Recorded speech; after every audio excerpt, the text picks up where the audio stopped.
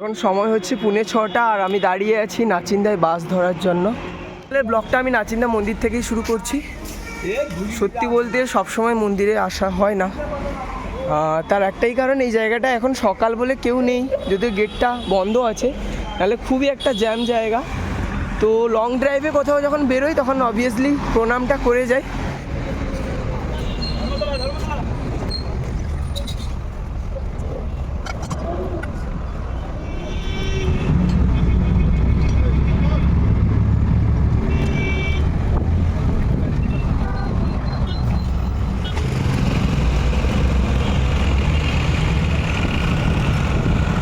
হচ্ছে আমাদের সেই ব্যস্ততম কলকাতা, সিটি অফ জয়, যেটা এতটাই ব্যস্ত যে তুমি খুঁজে পাবে না যে সেটা কতটাই ব্যস্ত।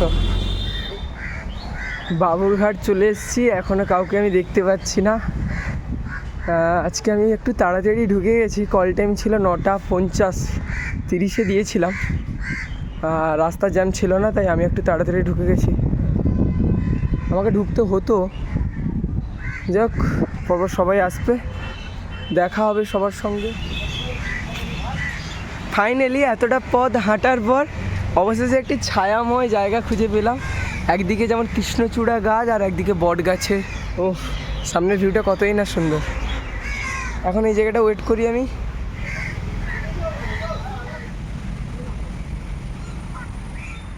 এই যে আমাদের ফিল্মের এখন হিরোইনের এন্ট্রি হচ্ছে।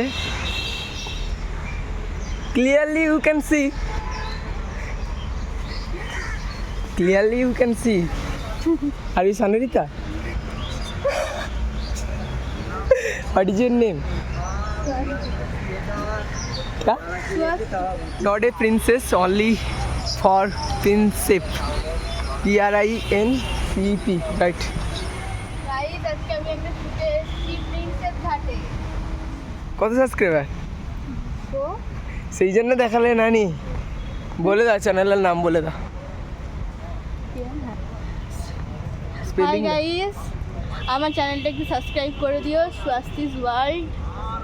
স্পেলিং বলো, আমার গাইসরা এত শিক্ষিত না।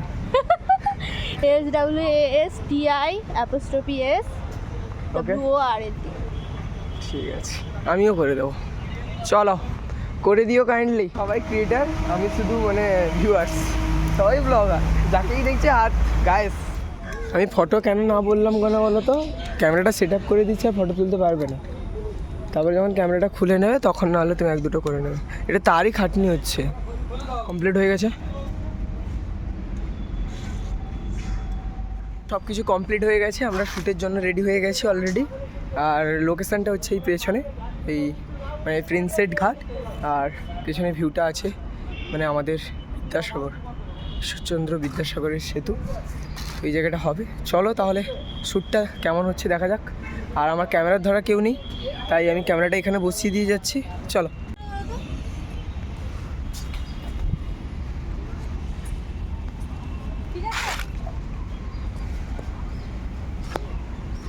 Behind the scene.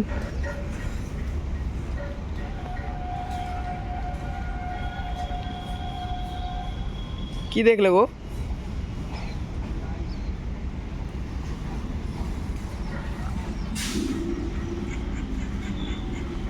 আমার কাছ থেকে নিয়ে নিতে পারো বিহাইন্ড দ্য সিন, তুমি আমারটা করে দেবে, আমি তোমারটা করে দেবো।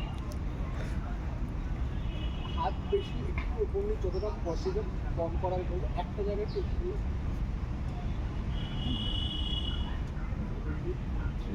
আমি কি নাম একটু একটা দুটো ছোট 3 2 1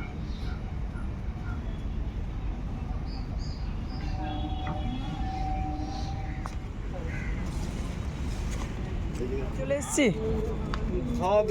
এটা মিডিল শট হলো তো, লো শট।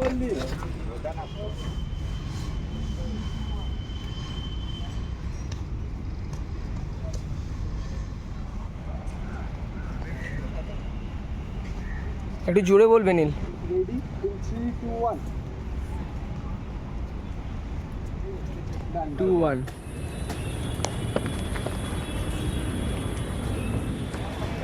चलो रेडी इन 3 2 1। चलो रेडी। ইন 3, 2, 1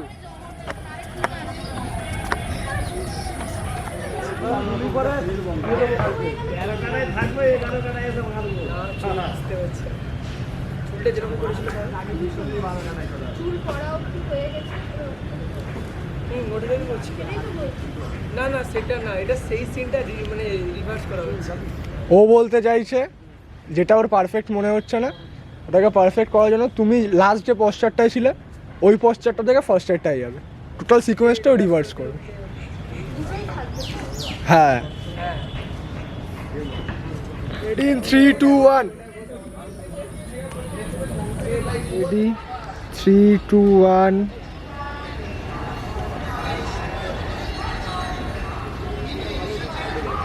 3, 2, 1 চলো চলো চলো চলো চলো চলো চলো চলো চলো ব্যাস দাঁড়াও। প্রথম লোকেশনে প্রথম শ্যুট শেষ হলো এই মুহূর্তে। ফার্স্টে তুমি ক্যামেরা দেখিয়েছো, আমি তাকিয়েছিলাম তো। পাগল হয়ে নিজের জীবনটাই দিয়ে দেবো মনে হয়, মানে এত কিছু কন্ট্রোল করছি একা মানুষের পক্ষে, দিয়ে ইমিডিয়েটলি যেটা প্রয়োজন ছিল গোলাপ ওটাই নিয়ে আসতে মনে নেই। এখন আমাকে মল্লিকঘাট ফ্লাওয়ার মার্কেট যেতে হবে গোলাপ আনতে, ট্রেনও ছেড়ে দেবে, ফেরোতে পারবো না মনে হয়, এদিক দিয়ে উঠতে হবে।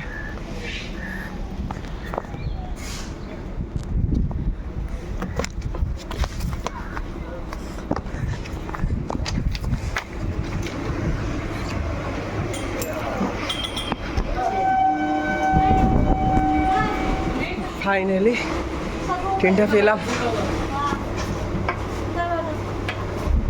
ফ্লাওয়ার মার্কেট থেকে গোলাপটা নিয়ে আবার সাউথ সিটি মল। সত্যি বলতে কলকাতার বুকে আমার এই ট্রেন লাইনগুলো বেশ ভালো লাগে, কারণ যার একদিকে এই সুন্দর অপূর্ব রাস্তার ভিউ, আর একদিকে এই সুন্দর সমুদ্রের সুদারুণ ভিউ।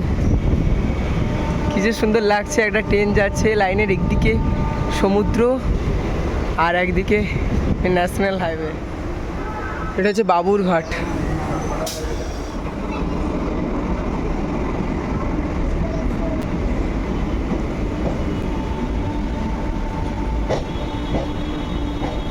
দাদু ফুড বানানোর স্টাইলটা দেখো শুধু, ঠিক আছে এর উপর নেবু দেবে। আচ্ছা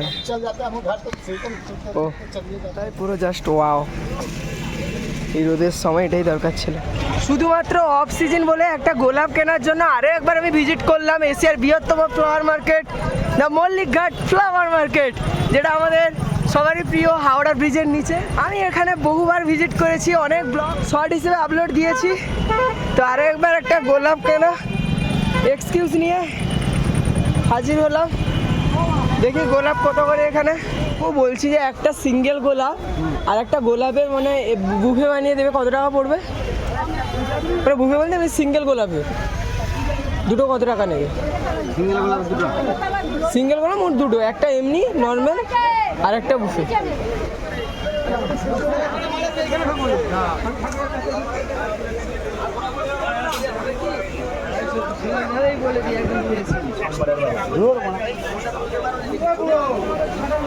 বলছি কাকু, ফাইনালি এর কাকুর দোকান থেকে দুটো গোলাপ নিলাম। মানে আমার জীবনটাই গোলাপ কিনতে কিনতেই চলে যাবে, কোনোদিন কাউকে দিতে পারবো না সেটা আমি জানি। আর মানে এক্সিট আর এন্ট্রি এটাই দুটো পথ, আর হয়তো অন্য দিক থেকে, আমি তো অন্য দিক থেকে এলাম। কলকাতায় আমি একদিন জীবন দেবো হয়তো ভাবছি, রাস্তা বেরোতেই জীবন যাবে। বলছিলাম যে স্যার রবীন্দ্র সরোবর যাওয়ার জন্য এই দিক থেকে বাস পাবো ওই সামনে? Thank you. ফাইনালি একটা বাস পেলাম। সেখানে জীবনটাই কষ্টের, সেখানে এইটুকু কষ্ট তো করতেই পারি। অফিস টাইমটাতে একটু ভিড় হবে। হাওড়া থেকে এক্ষুনি ছাড়লে বলে বাসটা অনেকটাই পুরোটাই ফাঁকা, না হলে এই বাসগুলো ওঠাই যায় না। দেখলাম যে ওই লাল শার্টওয়ালা কাকু কিন্তু লেডিস সিটে বসলো। তাহলে কাকু লেডিস সিটে বসলো কেন? তারপরে ফিজিক্সটা বুঝতে পারলাম যে ওইদিকে রোদ লাগছে, সেই জন্য কাকু কিন্তু লেডিস সিটে বসছে, কেউ নেই বলে, তাই আমিও বসে পড়লাম। কত টাকা নিচ্ছ তুমি? 50, 60, 70, 80 আর 8 টাকা দেবে। আমি এই রেটে যাইনি বলে আমার কাছ থেকে বেশি নিয়ে নেবে তো।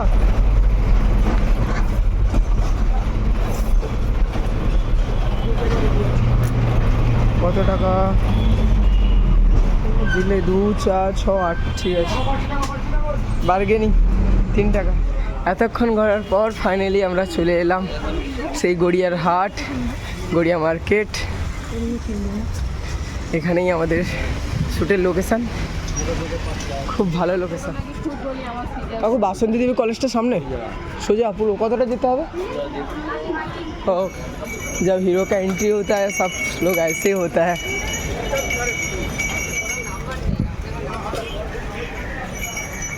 হ্যালো আঙ্কেল, এক্সকিউজ মি, বলছিলাম যে বাসন্তী দেবী কলেজটার সামনে।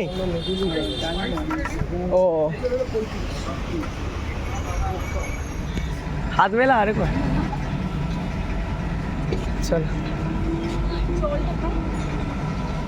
ঠিক আছে, খেয়ে নাও, জল আছে আমাদের কাছে।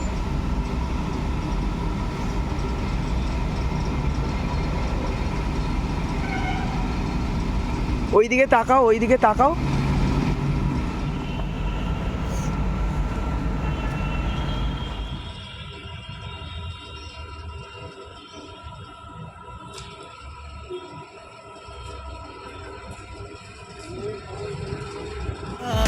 में याद मुझे भी आने लगी।